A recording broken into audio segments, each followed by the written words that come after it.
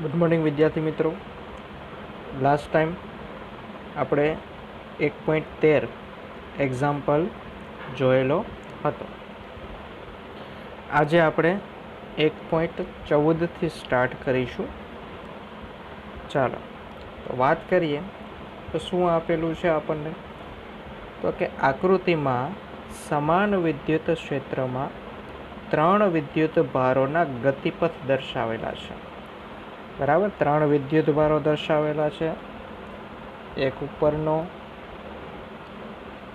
આ વચ્ચેનો અને નીચેનો. બરાબર, તો આ ત્રણેય ગતિપથમાંથી આપણને સૌથી નજીકનો, લાઇનની નજીકનો ગતિપથ કયો લાગે છે મિત્રો? 3 નંબરનો ને. બરાબર, એ નંબર ને એના પછી છે 2 નંબર. ચાલો તો શું પૂછેલું છે આપણે જોઈ લઈએ કે 3 વિદ્યુત ભારોના ચિહ્ન આપો અને કયા કણ માટે વિદ્યુતભાર અને દળનો ગુણોત્તર છે તે મહત્તમ હોય. કયા કણ માટે વિદ્યુતભાર અને દળનો ગુણોત્તર મહત્તમ હશે તે શોધવાનું છે. ચાલો તો આપણે જે ગતિપથ જોયો તે પ્રમાણે આપણે અહીંયા જોઈ શકીએ છીએ. શું આપણે જોઈ શકીએ છીએ? જો આ ધન વિદ્યુતભાર ધરાવતી પ્લેટ છે, આ ઋણ વિદ્યુતભાર ધરાવતી પ્લેટ છે. તો કેવા વિદ્યુતભારો છે તે ધન વિદ્યુતભાર ધરાવતી પ્લેટ તરફ આકર્ષાય છે? કેવા વિદ્યુતભારો આકર્ષાશે મિત્રો? તો કે જે વિદ્યુતભારો ઋણ હોય તે ધન તરફ શું થાય? આકર્ષાય ને. તો એનો મતલબ કે વિદ્યુત આ જે 1 અને 2ની જે લાઈન છે તે કેવો વિદ્યુતભાર ધરાવતો હશે? ધન નહીં, ઋણ. કેમ કે અહીંયા આકર્ષાય છે ને ધન પ્લેટ સાથે, એટલે 1 અને 2 છે તે ઋણ વિદ્યુતભારિત હશે. કેવી હશે? ઋણ. અને થર્ડ વિદ્યુત, આ જુઓ થર્ડ લાઈન, ત્રીજી લાઈન. બરાબર, ત્રીજા વિદ્યુતભારનો ગતિપથથી આપણે જોઈ શકીએ છીએ કે તે ઋણ વિદ્યુતભાર તરફ આકર્ષાય છે. એનો મતલબ તે કેવો હશે? ધન હશે. તો જો ધન પ્લેટ તરફ વાંકા વળતા કણો 1 અને 2 પરનો વિદ્યુતભાર ઋણ પ્લેટ છે 1 અને 2, અને 3 પરનો જે વિદ્યુતભાર છે તે કેવો છે મિત્રો? ધન છે. બરાબર. ને બીજું શું પૂછવામાં આવેલું છે? વિદ્યુતભાર અને દળનો ગુણોત્તર. તો અહીંયા આપણે જોઈએ છીએ કે ભાઈ y ઇઝ પ્રપોઝનલ ટુ E/m ગુણોત્તર પૂછેલો છે, અને સ્થાનાંતર પણ E/m જેટલો થાય છે. તો આ વિદ્યુતભાર E અને તેનું દળ m એ બંનેનો ગુણોત્તર પૂછેલો છે. માટે આપણે શું કહી શકીએ કે ભાઈ ત્રીજા માટેનો જે સ્થાનાંતર y વધારે હોવાથી, બરાબર, અહીંયા આપણે જોઈએ છીએ આ સ્થાનાંતર આનું કેવું થઈ જશે? જે આ સ્થાનાંતર કહેવાય ને, આ સ્થાનાંતર, એ સ્થાનાંતર આ બંનેની સાપેક્ષમાં કેવું થઈ જાય? જલ્દી નજીક પહોંચી જાય છે ને, દૂર તરફ જાય છે. ચાલો તો એ સ્થાનાંતર કેવું થશે? વધારે હોવાથી આપણે E/eનું મૂલ્ય કેવું મળશે મિત્રો? મહત્તમ મળશે. કયા વિદ્યુતભાર માટે? ત્રીજા વિદ્યુતભાર માટે. ચાલો નેક્સ્ટ એક્ઝામ્પલ જોઈએ. નેક્સ્ટમાં શું કીધેલું છે? એક સમાન વિદ્યુત ક્ષેત્ર E બરાબર 3 ગુણ્યા 10³ ન્યૂટન પર કુલમનો આપણે વિચાર કરવાનો છે.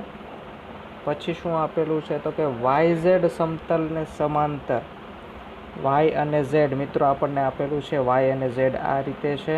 આ y છે, આ z છે, અને આ x છે. આ રીતે આપેલું છે. એટલે YZ સમતલ એટલે કે આ સમતલ થશે. બરાબર, આ રીતે. તો YZ સમતલ છે, સમતલને સમાંતર એવું સમતલ હોય તેવા 10 સેન્ટીમીટરની બાજુવાળા, એટલે આની કેટલી લંબાઈ હશે? 10 સેન્ટીમીટર. ચોરસમાંથી આ ક્ષેત્રનું ફ્લક્સ કેટલું નીકળતું હશે? તો ફ્લક્સ માટે મિત્રો સિમ્પલ ઇક્વેશન છે, φ=E/A. બરાબર, અને E છે તે આ ડાયરેક્શનમાં હશે, અને ક્ષેત્રફળ સદિશ કઈ દિશામાં હોય મિત્રો? ક્ષેત્રફળ સદિશ છે તે ક્ષેત્રફળની, એટલે આ એનું ક્ષેત્રફળ થશે, એની લંબ દિશા. તો એની લંબ દિશા પણ આ E ની દિશામાં જ આવશે ને. તો બંને વચ્ચેનો ખૂણો કેવો મળશે મિત્રો? શૂન્ય. તો આપણે ફક્ત શું ફાઇન્ડ કરવાનું છે? ઈ અને એ ફાઇન્ડ કરવાનું છે. ચાલો, તો આનું ક્ષેત્રફળ કેટલું થાય? તો કે લંબાઈ ગુણ્યા પહોળાઈ, 10 ગુણ્યા 10 સેન્ટીમીટરમાં છે, એને આપણે મીટરમાં કન્વર્ટ કરવાનું છે. તો 10/100 એટલે મીટર થઈ જશે. તો 0.1 ગુણ્યા 0.1 એટલે શું થઈ જશે? 10⁻2. ને ઈ તો આપણને આપેલો છે. તો બંનેનો ગુણાકાર કરીએ આપણને તો શું મળે છે? જો બંનેનો ગુણાકાર કરતાં આપણને મળે છે ઈ ઇન્ટુ એ, એટલે 10⁻2 ગુણ્યા 3 ગુણ્યા 10⁻3. તો આ બંનેનો ગુણાકાર કરવાથી આપણને 30 આન્સર મળ્યો, જે આવ્યો ન્યૂટન મીટર સ્ક્વેર પર કુલમ સ્ક્વેર. બરાબર. ચાલો, બીજું શું પૂછેલું છે આપણને? કે જો વિદ્યુત ક્ષેત્ર ચોરસના સમતલને દોરેલા લંબ એક્સ અક્ષ સાથે 60 ડિગ્રીનો કોણ બનાવે. કોણ બનાવે છે? તો કે ચોરસના સમતલને દોરેલો લંબ.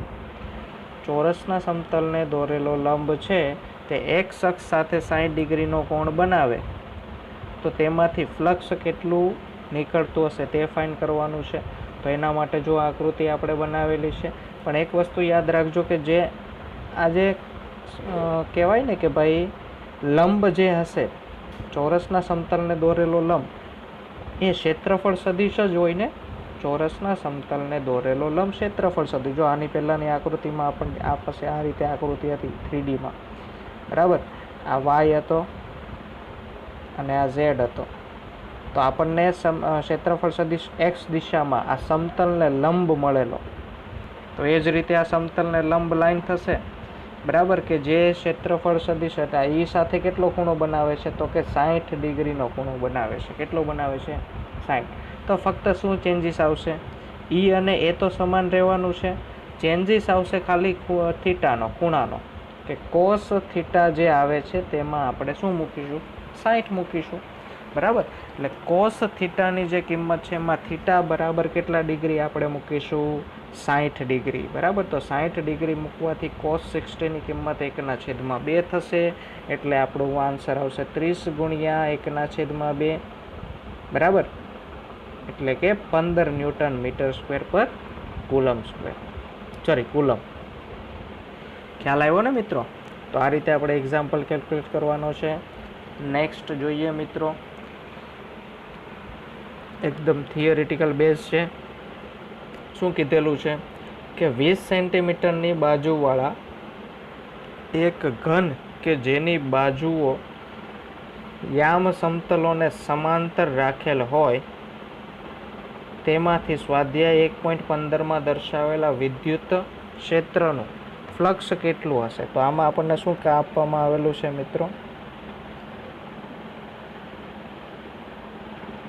એક ઘન આપેલો છે, બરાબર. તો આ રીતે ઘન હશે. તો આમાં શું કીધેલું છે કે ભાઈ XYZ, અહીંયા માનો કે આ તમારી વાય એક્સિસ, આ તમારી એક્સ એક્સિસ ને આ તમારી ઝેડ એક્સિસ છે, બરાબર. તો આ તમારી જે એક્સ એક્સિસ, સોરી, અહીંયા શું આવશે? Y axis. ફરીથી ડ્રો કરી નાખીએ.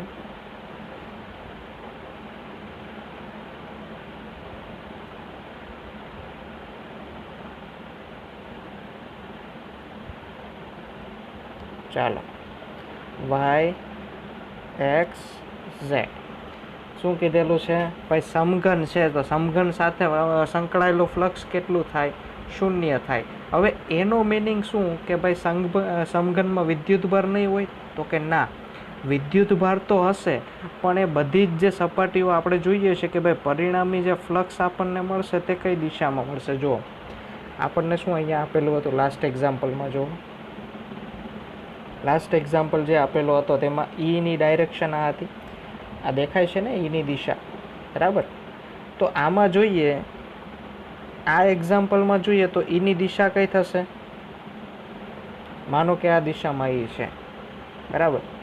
તો જો એક વસ્તુ યાદ રાખો કે 20 સેન્ટીમીટર બાજુવાળો છે સમઘન, એમાં જેટલી ક્ષેત્ર રેખાઓ આપણી દાખલ થાય છે તેટલી ક્ષેત્ર રેખાઓ શું થશે?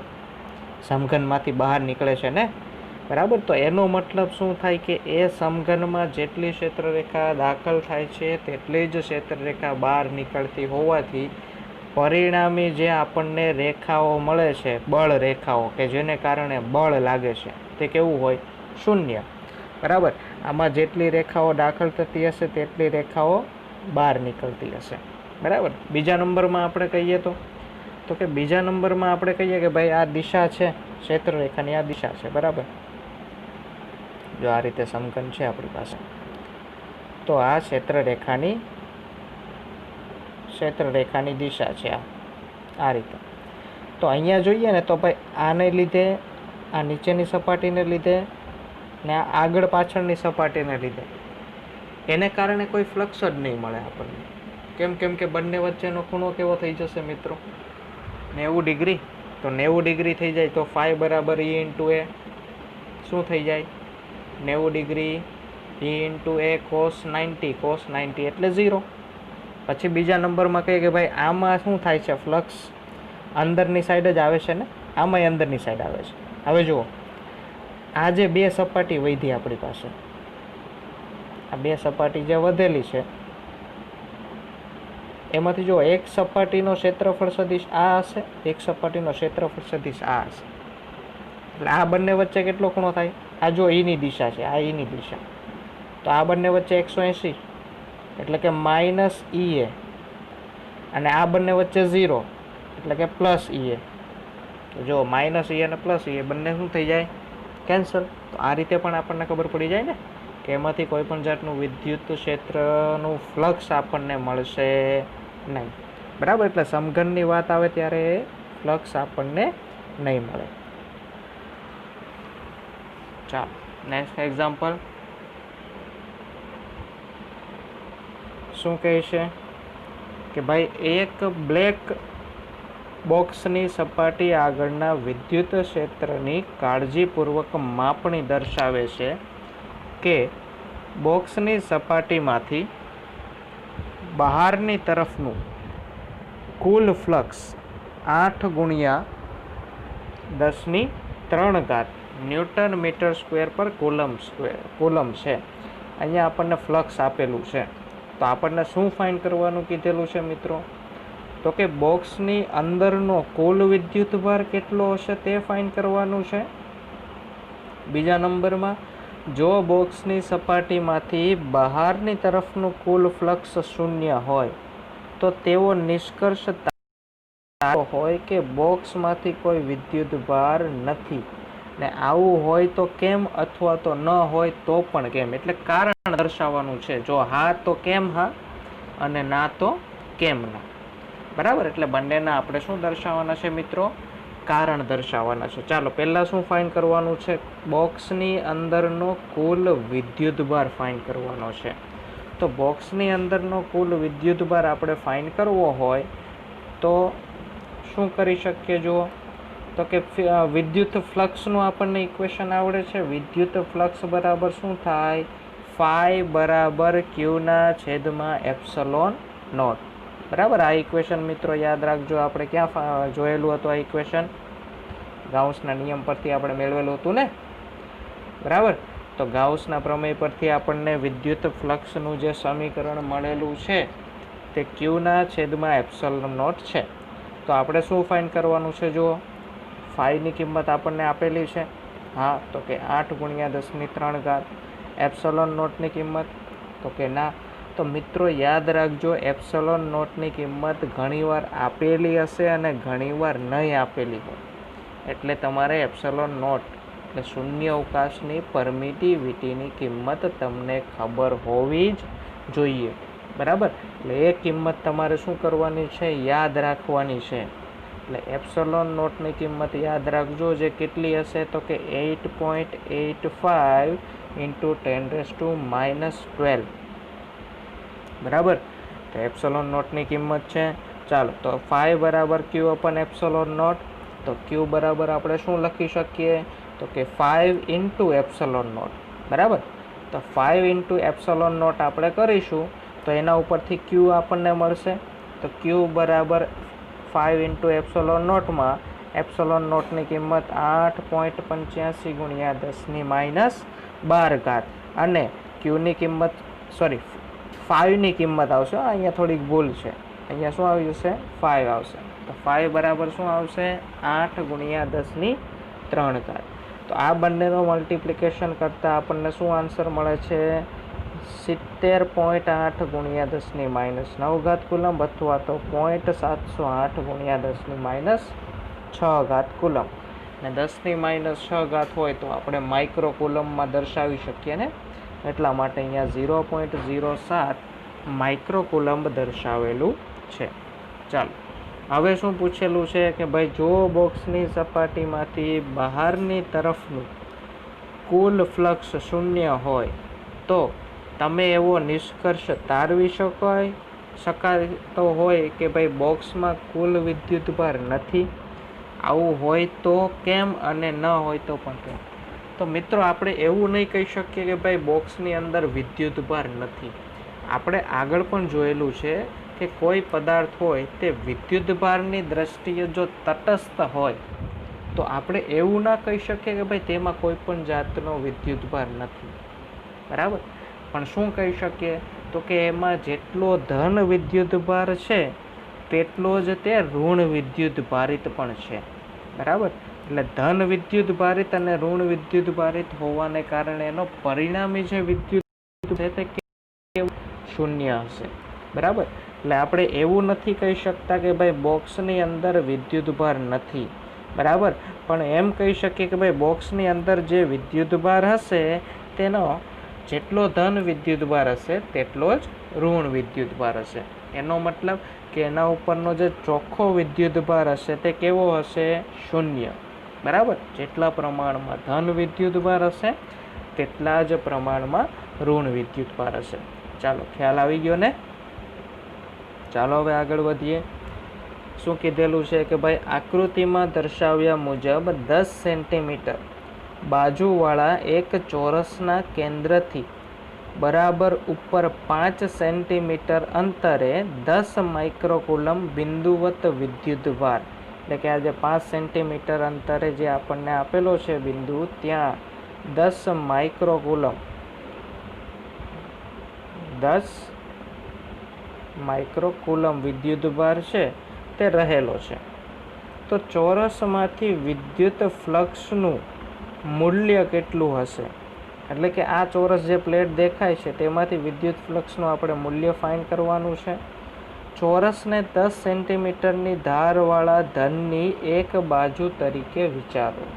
હવે એક ટ્વિસ્ટ કરીને થોડુંક પૂછેલું છે, આપણને કીધેલું છે કે ભાઈ ચોરસ છે એને 10 સેન્ટીમીટરની ધારવાળા એક ધનની બાજુ તરીકે વિચારવાની છે. ને એના ઉપરથી આપણે શું કરેલું છે જુઓ, પહેલા જો ચોરસની બાજુ એક લઈ લીધી. હવે એ ચોરસની બાજુને નીચે લઈ લીધી. જો આ દેખાય છે ને, આ ચોરસની બાજુ બંને સેમ છે. બરાબર, તો આ બંને ચોરસની બાજુ સેમ આપણને આપેલી છે. 10 સેન્ટીમીટર બાય 10 સેન્ટીમીટરની ચોરસની બાજુ છે. બરાબર, અહીંયા લખેલું છે કે ભાઈ ABCD ચોરસની 10 સેન્ટીમીટર બાજુની સમઘનની એક બાજુ તરીકે વિચારેલી છે. આ નીચેની બાજુ તરીકે આપણે વિચારેલી છે. ચાલો, તો Q છે તે 10 માઇક્રોકુલમ છે. તો 10 માઇક્રોકુલમ ક્યાં આવેલો છે કે ભાઈ આ જે સેન્ટર દેખાય છે સેન્ટરથી 5 સેન્ટીમીટર ઉપર. તો એનો મતલબ જુઓ કે જો 5 સેન્ટીમીટર ઉપર છે તો 5 સેન્ટીમીટર ઉપર શું બીજું હશે? તો કે સમઘનનું કેન્દ્ર પણ હશે ને. તો એનો મતલબ કે 10 માઇક્રોકુલમ છે તે ABCD બાજુવાળા જે ચોરસ એક છે એ જે સમઘન એનાથી બને છે તેના કેન્દ્ર ઉપર છે. બરાબર, હવે અહીંયા ગાઉસનો નિયમ આપણે કહીએ કે ભાઈ ગાઉસનો નિયમ લગાવીએ તો ગાઉસના નિયમ પ્રમાણે અહીંયા એની સાથે સંકળાયેલી કેટલી બાજુઓ છે જુઓ. તો આ એક બાજુ, આ બીજી બાજુ, આ ત્રીજી બાજુ અને ચોથી બાજુ. 4 બાજુ થઈ ગઈ ઉપર નીચે. અને આ સામેની 5મી અને આ પાછળની 6ઠ્ઠી, એટલે ટોટલ 6 બાજુઓ સંકળાયેલી છે. મિત્રો, ફ્લક્સ સાથે ટોટલ 6 બાજુઓ સંકળાયેલી છે. તેથી આપણને એક બાજુનું ફ્લક્સ ફાઇન્ડ કરવાનું છે ને. આપણે જે નીચેની બાજુ લીધેલી છે તેનું ફ્લક્સ આપણે ફાઇન્ડ કરવાનું છે. તો એની સાથે સંકળાયેલું ફ્લક્સ ફાઈ બરાબર શું આવશે? Q/ε0. બરાબર, ને 5 બરાબર કિંમત કેટલી મૂકીશું મિત્રો? અહીંયા 5ની કિંમત છે તે 5/6 આવશે, કેમ કે આપણે એક બાજુમાંથી, આપણે સમઘનમાંથી નહીં, એક બાજુમાંથી ફ્લક્સ કેટલો પાસ થાય છે એની સાથે કેટલો ફ્લક્સ સંકળાયેલો છે તેની માહિતી મેળવવાની છે. તો જો અહીંયા આપણે જોઈ શકીએ છીએ Q' બરાબર 5' બરાબર 5/6 છે, બરાબર Q/6 એપ્સલોન નોટ, બરાબર, જે આપણે અહીંયા જોઈ શકીએ છીએ. તો આ રીતે આપેલો છે. કિંમત મૂકી દો. ક્યુની કિંમત તો કે 10 માઇક્રોકુલમ એટલે 10 × 10⁻6 છેદમાં 6 ગુણ્યા એપ્સલોન નોટની કિંમત મિત્રો તો કે 8.85 × 10⁻12. તો આની કેલ્ક્યુલેશન કરશો તો આપણને આન્સર મળી જશે ન્યૂટન મીટર સ્ક્વેર પર કુલમમાં. બરાબર.